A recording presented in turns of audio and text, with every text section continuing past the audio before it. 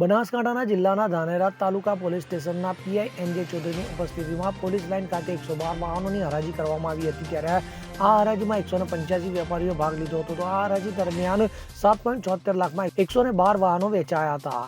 ધાનેરા જૂનું police station police line તેમજ Nenava checkpost પાર પડી રહેલા 112 વાહનોની હરાજી આજરોજ ધાનેરા પોલીસ લાઇન ખાતે યોજાઈ હતી, જેમાં 185 વેપારીઓ આ હરાજીમાં ભાગ લીધો હતો। વાહનોની વિગતવાર વાત કરવામાં આવે તો 73 બાઇક જેની કિંમત 86,000 નક્કી કરવામાં આવી, ત્યારે 73 બાઇકોની 95,000ની બોલી બોલાઈ હતી।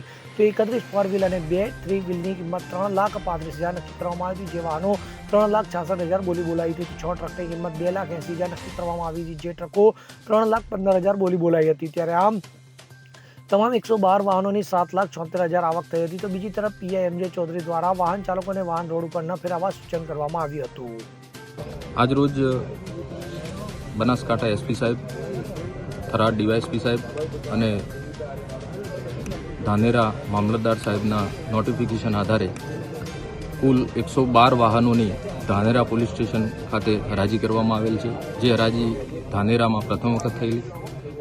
કુલ 112 વાહનોમાં 73 ટુ વ્હીલર હતા, 33 વાહનો જે ફોર વ્હીલર અને 6 ટ્રકો હતી।